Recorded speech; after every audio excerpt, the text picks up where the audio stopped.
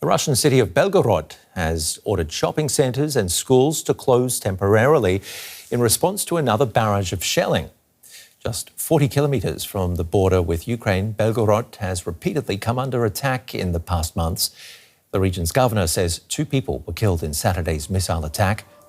Russian forces claim to have downed some of the incoming rockets from Ukraine. In a separate incident in the Belgorod region, Russia's defence ministry says it thwarted an attempt by Ukrainian militants to carry out a cross-border raid. Well, let's bring in Frank Ledwidge, a former British military intelligence officer. Good to see you, Frank.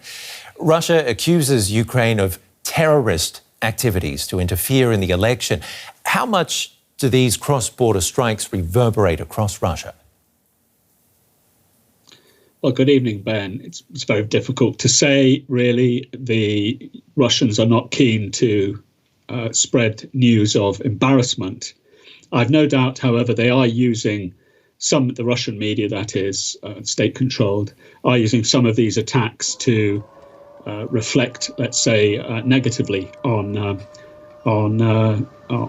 Ukraine, and to create perceptions that certainly aren't those that Ukraine wishes to inculcate.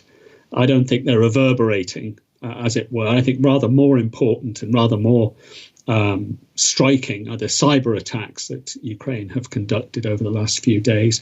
And then, of course, far more courageously, there are the activists who've been setting ballot boxes on fire, and this has been reported extensively in Russian opposition media, which is quite popular in Russia, or trying to disrupt matters in other ways, and they're doing that extremely courageously. I think it's rather more effective strategically than these cross-border raids you're talking about.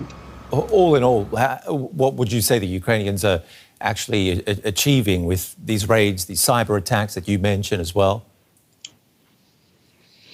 Yeah, the cyber attacks are pinpricks, essentially. We've also had in the last day or so yet more attacks by drones on oil infrastructure, which perhaps we can discuss. But then, of course, there are these cross-border raids, and the situation, military raids by soldiers and armoured vehicles into the Belgorod Oblast. And the situation there is very murky, very opaque. We don't know what's happening. I think the way that Russia would play this, I indicated before, is that these are renegades, terrorists and traitors. And I suspect that message would play well. And therefore, perhaps it may well backfire, I suppose, on the Ukrainian organisations that set this up.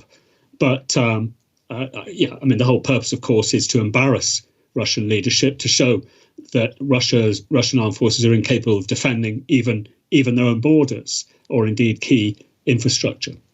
And bring us back then to the Ukrainian drone strikes on Russian infrastructure, like the oil refineries you mentioned. What's that achieving bigger picture?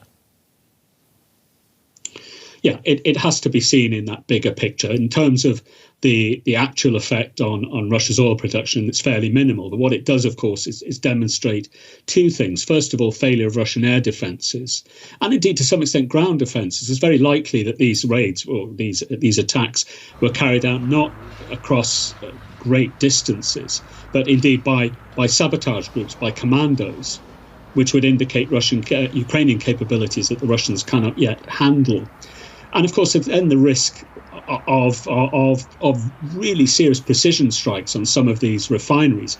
Back, I think, in December, I think there was a strike on one of the Lukoil refineries, which put it out of action for several weeks, which does have real impact.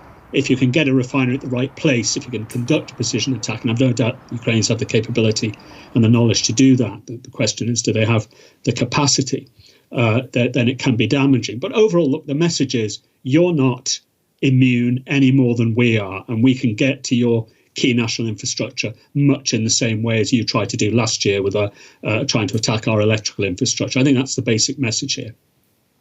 The analysis there from ex-military man Frank Ledwidge. Thank you very much.